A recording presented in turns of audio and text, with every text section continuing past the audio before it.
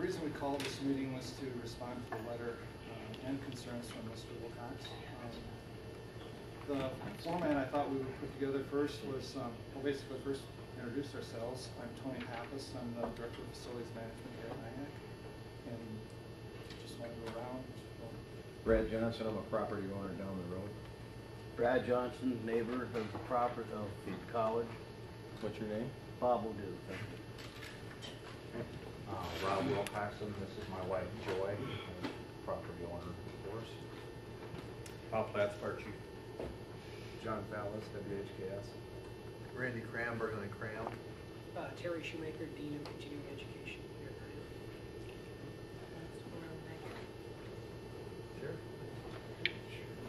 Sure. Can I suggest those that live over there and want to make sure they hear that they fill in at least the empty seats up there? Sure. I mean, you might as well hear what. Very informal meeting. It's just, Yeah, Max. All right, let me read something to you here because this is the problem that I'm having. I followed this very closely since it came before us, so I understand the funding. Let me read something to you because it goes kitty wonkus to what you're telling us at the table here. And you know, it's so convenient that everything's changing. It's changing and changing and more changing. You know, I've never seen any government or school or anything really adopt the lesser of all the project. It's always more. Let me read this to you. This site would house skills building to be used as a burn simulator as well as a building that law enforcement could use for training needs. We would also like to use higher ground area for classroom and storage buildings. The building would house a classroom as well as an area indoors to do hands-on training out of the weather. Other training props would include an area of confined space training, trench training, and drafting pit. We realize this area has the possibility of flooding, but that was the other area. Another benefit to the area is availability of your area sewer and water to be connected at $200,000, I understand. The regional training facility would also be open to first responders through NIACC area and would be open night and day and some weekends depending on use. There are many benefits to our community, including having an area to train city employees in confined space, trench rescue, and OSHA requirement training, as well as the ability to perform hands-on training alongside our department. This would also give our department a training facility with our response area, which would make it more available to use for duty personnel. So what I'm saying, what I'm hearing you say here, does not blend in with what you've told me before.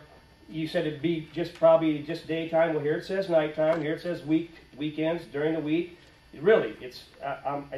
And by the way, I'll hold this up for you. This is a city official memo. And I understand that. And so that's where the concern comes into a lot. My real question is we have a gateway policy. Brent, maybe you can help me out. What do we call that when we have our corridor entrances? We have a specific plan of what we want to be in those 4 corridor entrances, north, west, south, and east, which this is the east corridor. And we've had a plan in place that we put in the last couple of years that tells us what we want and what kind of things we want to see down that corridor. Never in my wildest dreams would it be a 10-foot or 15-foot or 20-foot berm that houses an abandoned building back there, a training center. That's not what I really want on my corridor. We've been struggling with facades and development on all these corridors and what we want it to look like when we come into our city. Matter of fact, that's one of the biggest issues we get is how terrible some of the corridors look coming into our city. But don't build it next to my house. Period. We don't have to sit here and negotiate it and talk about it for 2.5 hours. We don't want it there. Brian, any other concerns? Is there another place we can build this?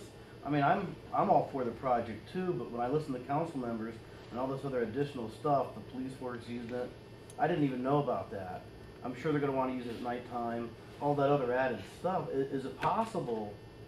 Can we find a different place to put it? Because if it's going to be used for a lot more than just that, I don't want it there either. To me, what it sounds like that for what Bob Platt says, for the little use that he says it's going to be, and for the cost, is this the right location?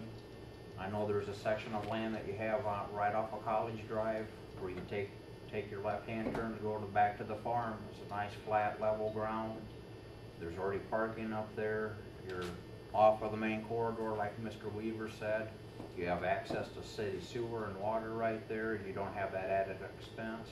I know there's other options that can be looked at that NIACC has. I only have one more question really, and that's why are some neighbors getting the and some aren't.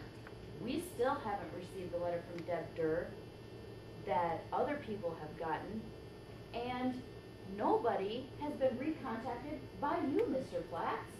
Can I correct that? And Robbie, I know the day we sat down and talked, I had a meeting that afternoon with Tony and Randy. Okay. And if, what I said, and I hope it was misunderstood, was I'll try to get somebody back to you that's got some information on your They could have at concerns. least called back or gotten back to us and said, we don't have anything at this time. It's all about follow through. The biggest thing is follow through. It would be fair to you to tell the citizens here that are opposed to this that they can contact those board members behind you, just as you and your wife contacted the city council over the gentleman's club with your email. That's correct. That's what's happening here. And just as the council will listen to your email, they're hoping that you'll listen to them, but they have every right to contact the board of directors back there. Well, two things before we leave. When is the drop dead date for the expenditure of money? June 30th of 2011? Yes. Okay, we'll keep that number in mind. And two, how long is your commitment or your bid good for from the company from Wisconsin? 45 days?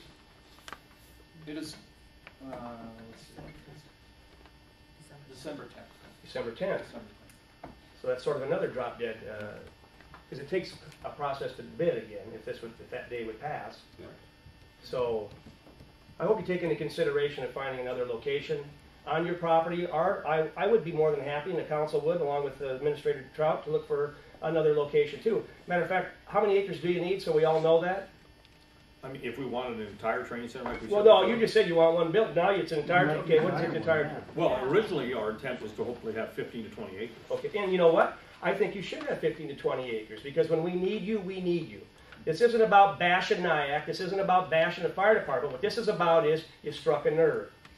And just the way the process has worked since, it's been on the table since 2006. We all want what's best for the community, but I think we should be able to work together and maybe find a different site that includes 15 to 20 acres so you can grow and grow. When the Max Weavers of the world aren't even around here, you're still growing and you're still saving lives and you're still teaching. Thank you. And our biggest thing is, we don't want you guys to think that we're against this, because we're not. But it's like we basically got slapped in the face and then not responded to. And we got pushed under the rug and pushed under a table. So that's why if this is gonna go next door to us, we want the information. And we don't wanna be skirted around or avoided or have our issues not brought to the table. We want an answer. It's plain and simple. Well, and likewise, I invite you anytime you want to come out and see me. If, you're in the area, if you want to talk to me more about this, please come out and call me. Let's stay in touch.